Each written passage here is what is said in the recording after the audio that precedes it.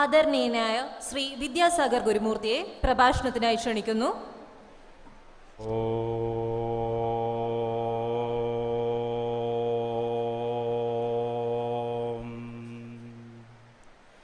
സന്യാസാശ്രമധർമ്മവിധാത്രീം ബ്രഹ്മജ്ഞാനസുധാരസദാത്രീം സദ്ഗുരുരൂപധരാം സർവജ്ഞാം അമൃതാനന്ദമയീം പ്രണമാമി. സദാശിവസമാരംഭാം ശങ്കരാചാര്യമധ്യമാം അസ്മദാചാര്യപര്യന്താം വന്ദേ ഗുരുപരമ്പരാം. ശ്രുതിസ്മൃതിപുരാണാനാമാലയം കരുണാലയം നമാമി ഭഗവത്പാദശങ്കരം ലോകശങ്കരം. ജയ ജയ ശങ്കര ഹര ഹര ശങ്കര, ജയ ജയ ശങ്കര ഹര ഹര ശങ്കര.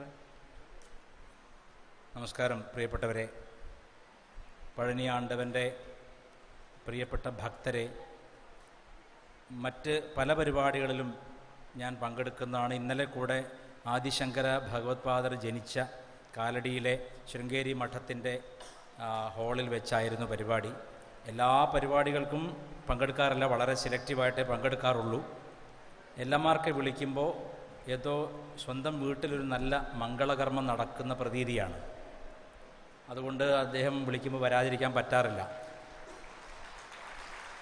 അത് കേവലം ഒരു ഭംഗിവാക്ക് പറയുകയല്ല, എനിക്ക് അങ്ങനത്തെ സ്വഭാവമേ ഇല്ല, നല്ലത് പറഞ്ഞ വലിയ ശീലവുമില്ല.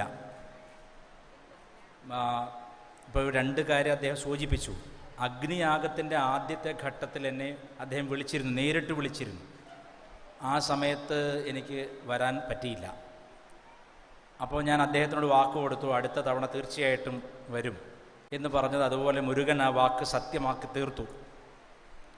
ഇവിടെ ഈ അടുത്ത കാലത്തൊന്നും നമ്മുടെ ഹൈന്ദവ പ്രസ്ഥാനങ്ങളിൽ ഇത്രയും അടുക്കും ചിട്ടയോടും കൂടിയിട്ട് ആളുകൾ പ്രവർത്തിക്കുന്നത് ഞാൻ കണ്ടിട്ടില്ല. അതിൻ്റെ പ്രധാനപ്പെട്ട കാരണം എനിക്ക് തോന്നുന്നു, അദ്ദേഹത്തെ ഇങ്ങനെ മുരുകൻ ചാർജ് ചെയ്ത് കീ കൊടുത്തു വിട്ടിരിക്കുകയാണ്, അതങ്ങനെ മുന്നോട്ട് പോട്ടെ എന്ന രീതിയിൽ. സത്യസായി ബാബയുടെ ആശ്രമത്തിൽ വളരെ ചിട്ടയോട് കൂടിയിട്ട് വോളണ്ടിയേഴ്സ് പെരുമാറാറുണ്ട്. ഒരു പക്ഷേ ഭാരതത്തിലെ എല്ലാ സംഘടനകളിലും വെച്ച് ഏറ്റവും ഭംഗിയായി, ഏറ്റവും വൃത്തിയായി, ഏറ്റവും ചിട്ടയോടുകൂടി കാര്യങ്ങൾ നടത്തുന്നത് സത്യസായി ബാബയുടെ വോളണ്ടിയേഴ്സാണ്.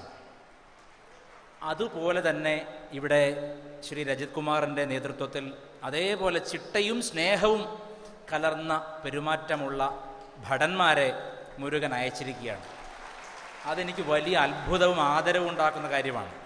പൊതുവെ ഹിന്ദുക്കളുടെ സ്വഭാവം എന്ന് പറഞ്ഞാൽ കിഴക്കോട്ട് പോവല്ലേ മക്കളെ എന്ന് പറഞ്ഞാൽ കിഴക്കോട്ടേ പോവൂ, വടക്കോട്ട് പോവണേ മക്കളെ എന്ന് പറഞ്ഞാൽ തെക്കോട്ടേ പോവൂ. അങ്ങനെയുള്ളൊരു സമാജത്തെ അടുക്കും ചിട്ടയോടും കൂടി കൊണ്ടുവരുവാൻ മുരുകൻ ആഗ്രഹിക്കുന്നു എന്നതിൻ്റെ തെളിവാണ് ഈ ലയൺ മയൂര റോയൽ കിങ്ഡം എന്ന പ്രസ്ഥാനം. നിങ്ങളിൽ പലരും ധരിക്കാം, ചിലർ പറഞ്ഞുണ്ടാക്കി രജത് കുമാർ വിദ്യാസാഗറിന് നല്ലോണം കാശ് കൊടുക്കുന്നുണ്ടെന്ന്. അങ്ങനെ പറഞ്ഞു, അങ്ങനെ ഒരു വളരെ ഋണാത്മകമായൊരു പ്രചരണം ഉണ്ടായി എൻ്റെ ഇടയ്ക്ക്. രജത് കുമാർ എനിക്ക് 5 പൈസ തന്നിട്ടില്ല. അദ്ദേഹം ആകെ ചെയ്യുന്നത് ഞാൻ വരുമ്പോൾ താമസിക്കാൻ, കുളിക്കാൻ, വിശ്രമിക്കാൻ ഒരു മുറി തയ്യാറാക്കി തരാറുണ്ട്. അതൊരു മിനിമം മര്യാദയാണല്ലോ. 1 പൈസ പോലും വാങ്ങാതെ ഞാൻ പങ്കെടുക്കുന്ന ഒരേ ഒരു പരിപാടി ഇതാണ്. ഞങ്ങളുടെ സ്വന്തം പരമ്പരയായ ശങ്കരാചാര്യരുടെ മഠത്തിൽ നിന്ന് പോലും ഞാൻ കാശ് വാങ്ങിയിട്ടുണ്ട്, ദക്ഷിണ വാങ്ങിയിട്ടുണ്ട്, വേണ്ടെന്ന് പറഞ്ഞിട്ടില്ല. ഇനി രജത് കുമാർ എനിക്ക് പൈസ തന്നാലും ഞാനത് വാങ്ങില്ല. കാരണം ഇത് എനിക്ക് മുരുകന് ചെയ്യാൻ പറ്റുന്ന ചെറിയൊരു സേവയാണ്. ഇവിടെ എത്രയോ ദിവസങ്ങളായി ഈ ഹോൾ ഒരുക്കാനും ഇതിന് വൃത്തിയാക്കാനും അലങ്കരിക്കാനും ഒക്കെ വേണ്ടി എത്രയോ ചെറുപ്പക്കാർ ഉറക്കമില്ലാതെ, ഊണില്ലാതെ, വിശ്രമമില്ലാതെ പ്രവർത്തിക്കുമ്പോൾ അതിൻ്റെയൊക്കെ കോടിയിലൊരംശമെങ്കിലും തിരിച്ചു കൊടുക്കണ്ടേ എന്ന എൻ്റെ പ്രതിബദ്ധതയും ആ ബോധവുമാണ് ഞാനിവിടെ കാഴ്ചവെക്കുന്നത്. ഇനി ഈ അഗ്നിയാഗം എന്തിരിട്ട് അതിൻ്റെ വേദനയും മുറിവും ഉണങ്ങാതിരിക്കുന്ന ഒരു പച്ചയായ അവസ്ഥയിലാണ് നമ്മളുള്ളത്, ഞാനടക്കം എല്ലാവരും ഉള്ളത്, രാജ്യസ്നേഹികളായി നമ്മളെല്ലാവരും ഉള്ളത്. അപ്പോൾ കഴിഞ്ഞ തവണ ഞാൻ നിങ്ങളോട് പറഞ്ഞു, ദേവസേനാധിപതിയാണ് മുരുകൻ. ആ മുരുകൻ എന്നെക്കൊണ്ട് പറയിപ്പിക്കുന്നു, രജത് കുമാറിനെ കൊണ്ട് പറയിപ്പിക്കുന്നു, അദ്ദേഹത്തെ കൊണ്ട് ചെയ്യിക്കുന്നു. ആ മുരുകൻ ഈ രാജ്യത്ത് പല പ്രഷേഴ്സും ഉണ്ടാവും. കാരണം അവർ ഉത്തരവാദിത്തപ്പെട്ട ഒരു രാജ്യത്തിൻ്റെ തേരാളികളാണ്. പാകിസ്ഥാനെ പോലെയോ ബാംഗ്ലാദേശിനെ പോലെ പ്രവർത്തിക്കാനുള്ള സ്വാതന്ത്ര്യം നമുക്കില്ല. കാരണം നമ്മുടേത് അതിവേഗം വികസിച്ചുകൊണ്ടിരിക്കുന്ന, അതിവേഗം വളർന്നുകൊണ്ടിരിക്കുന്ന, സാമ്പത്തികമായി പുരോഗതി കൈവരിച്ചുകൊണ്ടിരിക്കുന്ന രാജ്യമാണ്. പാകിസ്ഥാൻ എന്ന് പറയുന്ന രാജ്യത്ത് ഒന്നുമില്ല, അത് തകർന്ന് തരിപ്പണമായൊരു പ്രേതാലയം മാത്രമാണ്. അപ്പോൾ നമ്മൾ ആക്രമിക്കുമ്പോൾ പോലും നമുക്ക് 1000 വട്ടം ചിന്തിക്കേണ്ടതുണ്ട്. കാരണം നമ്മളുടേത് ഒരു രമ്യഹർമ്മ്യമാണ്, അവിടെ വൃത്തികേടാക്കാൻ എളുപ്പമാണ്. 28 പേരുടെ ജീവന് വില 28,000 2,80,000 2,80,00,000 മുരുകൻ വീട്ടിയിരിക്കും, അതിൽ സംശയമില്ല. പക്ഷേ മുരുകൻ എന്ന വാക്കിൻ്റെ അർത്ഥം അഴകൻ, സുന്ദരൻ എന്നാണ്. അഴകൻ്റെ ചൊല്ലുക്ക് മുരുക എന്നൊരു പാട്ട് ശീർകാഴി പാടിയത് നമ്മൾ ചെറുപ്പത്തിൽ കേട്ടിട്ടുണ്ട്. അഴകൻ്റെ ചൊല്ലുക്ക് മുരുക, ഇപ്പോൾ തമിഴന്മാർ നന്നായി പാടുന്നവരാണ്. അഴകൻ്റെ ചൊല്ലുക്ക് മുരുക, അഴകെന്ന് പറഞ്ഞാൽ മുരുകനാണ്. ലോകത്തിലെ മുഴുവൻ സൗന്ദര്യവും കോടി കന്ദർപ്പന്മാരെ, കന്ദർപ്പൻ എന്ന് പറഞ്ഞാൽ കാമദേവൻ, കോടി കന്ദർപ്പന്മാരെ ഒരുമിച്ച് വടിച്ചൊരു രൂപത്തിൽ വെച്ചാൽ അത് മുരുകനാണ്. മുരുകൻ്റെ സൗന്ദര്യം, മുരുകൻ്റെ ഐശ്വര്യം ആർക്കുമില്ലെന്ന് പറയാം. ആ മുരുകൻ്റെ പേര് തിരിച്ചിട്ടാൽ കുമരൻ എന്നാണ്. കുമാരൻ എന്ന് നമ്മൾ പറയും. ആ കുമാര മതത്തെ കൗമാരം എന്ന് വിളിക്കും. കുമാരി എന്ന് വിളിക്കുന്നത് ബാലാ ത്രിപുരസുന്ദരിയാണ്. കുമാരി കൽപ്പലതാംബ എന്ന് വിളിക്കും. ആ കുമാരി എന്ന് പറയുന്നത് ബാലാ ത്രിപുരസുന്ദരിയാണ്. ആരാണ് ബാലാ ത്രിപുരസുന്ദരി? ഭണ്ഡാസുരനെ വധിക്കാൻ വേണ്ടിയിട്ട് ദേവിയുടെ സൈന്യം, ലളിതാംബികയുടെ സൈന്യം പുറപ്പെടുമ്പോൾ അവിടെ വാരാഹിയുണ്ട്, അപ്പുറത്ത് മാതങ്കിയുണ്ട്, അനേകം ഉപദേവതകളുണ്ട്, സപ്തമാതൃക്കളുടെ വലിയ സൈന്യമുണ്ട്. ഇവരൊക്കെ അവിടെ നിൽക്കുമ്പോൾ, യുദ്ധം ചെയ്ത് കറ കളഞ്ഞ് തീർത്ത ശക്തരായ നേതാക്കളൊക്കെ അവിടെ നിൽക്കുമ്പോൾ, കേവലം 9 വയസ്സ് തികയാത്ത ലളിതാംബികയുടെ പുത്രി ബാല പറയുകയാണ്, അമ്മ ഞാൻ ഒറ്റയ്ക്ക് മതി ഇത് ചെയ്യാൻ, ഇവരാരും വേണ്ട, ഈ വല്യമ്മമാരൊക്കെ വിശ്രമിച്ചോട്ടെ, ഞാൻ ഒറ്റ ഒരുത്തി മതി എന്ന് പറഞ്ഞു. ആ ഒരൊറ്റ ഒരുത്തി എന്നതിൻ്റെ നേരെ പുംരൂപമാണ്, പുംഭാവമാണ് കുമാരൻ. കുമാരി എങ്ങനെയാണോ ഭണ്ഡാസുരനെ വധിക്കാൻ വേണ്ടി ഞാൻ തയ്യാറാണ് അമ്മയെന്ന് പറഞ്ഞത്, അതുപോലെ മുരുകൻ അച്ഛനോട് പറഞ്ഞു താരകാസുരനല്ല, അവൻ്റെ 10,000 ഇരട്ടി ശക്തിയുള്ളവൻ വന്നാലും ഞാൻ ഒരാൾ മതി എന്ന് പറഞ്ഞു. അങ്ങനെയുള്ള മുരുകൻ അഴകനാണ്, ശാന്തനാണ്, കുഞ്ഞാണ്, ബാലകുമാരനാണ്, ബാലമുരുകനാണ്. ആ മുരുകൻ കുമാരനായാൽ അവിടെ അർത്ഥം മാറി. കുമാരൻ എന്ന പദത്തിന് അർത്ഥം 16 വയസ്സുകാരൻ എന്നാണ്, ചെറുപ്പക്കാരൻ എന്നാണ്. പക്ഷേ കുമാരൻ എന്ന് പറഞ്ഞാൽ മറ്റൊരർത്ഥമുണ്ട്, കുമാരൻ.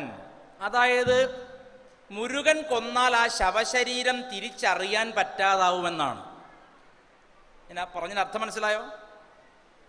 കുമാരൻ എന്ന് വെച്ചാൽ ശത്രുവിനെ കേവലം ഉപദ്രവിക്കുകയല്ല, കൊല്ലുകയല്ല ചെയ്യുന്നത്, ശത്രുവിനെ തിരിച്ചറിയാൻ പറ്റാത്തവണ്ണം വികൃതമാക്കി കൊല്ലുന്നവനാണ് മുരുകൻ.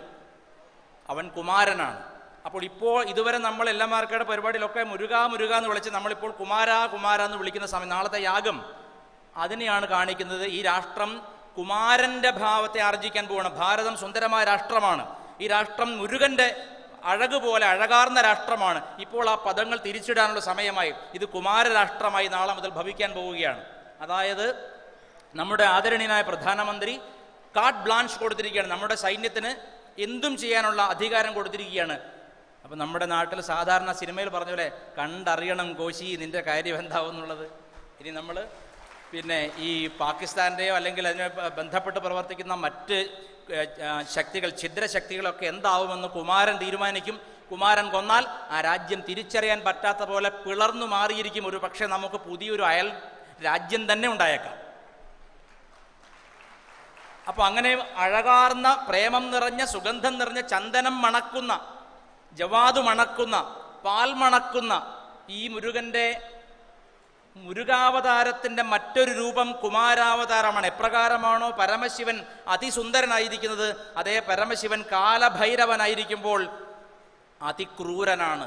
അതുപോലെ ഈ ദേവതയ്ക്ക് പ്രത്യേകത എന്തെന്നാൽ അഴകിനഴക്, സുഗന്ധത്തിന് സുഗന്ധം, ഐശ്വര്യത്തിന് ഐശ്വര്യം എല്ലാം ഉണ്ടെങ്കിലും ഇതിൻ്റെ പ്രധാനപ്പെട്ട ശക്തി കുമാരശക്തിയാണ്. ആ കുമാരശക്തി ദണ്ഡനീതി നടപ്പാക്കാനുള്ള കാലഘട്ടം വന്നിരിക്കുകയാണ്. അതിൻ്റെ മുന്നോടിയായിക്കൊണ്ടാണ് നാളെ ഇവിടെ അഗ്നിയാഗം 2ാമത്തെ ഭാഗം സംഘടിപ്പിക്കപ്പെടുന്നത്. ഈ രാജ്യം അത്ര എളുപ്പത്തിൽ ഇല്ലാതാക്കാൻ സാധിക്കില്ല. നമ്മുടെ ജനതയെ നോക്കൂ, വേറെ ഏതെങ്കിലും ഒരു രാഷ്ട്രത്തിൽ ഇതുപോലൊരു ഭീകരാക്രമണം നടന്നാൽ സാധാരണ ജീവിതം സാധ്യമാവില്ല.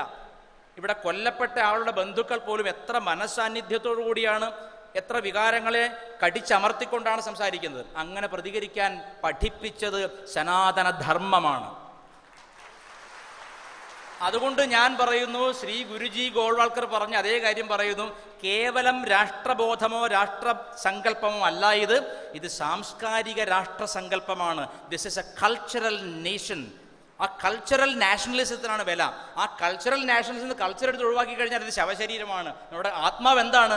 സനാതന ധർമ്മമാണ്. അതിൻ്റെ വെന്നിക്കൊടി പാറിക്കുന്ന നമ്മുടെ ദേവതകളുടെ മുഴുവൻ സൈന്യത്തെ നയിക്കുന്ന മുരുകൻ്റെ, ഇപ്പോൾ കുമാരൻ്റെ പൂർണ്ണ അനുഗ്രഹം ഞാൻ എപ്പോഴും ആലോചിക്കാറുണ്ട്. രജിത് കുമാറിൻ്റെ പുസ്തകം ഞാൻ വായിച്ചു 90% ആക്കി വെച്ചിട്ടുണ്ട്. ഞാനും അദ്ദേഹം പറഞ്ഞ പോലെ ഒരുപാട് കണ്ണീര് വന്നു വായിച്ചപ്പോൾ പലപ്പോഴും.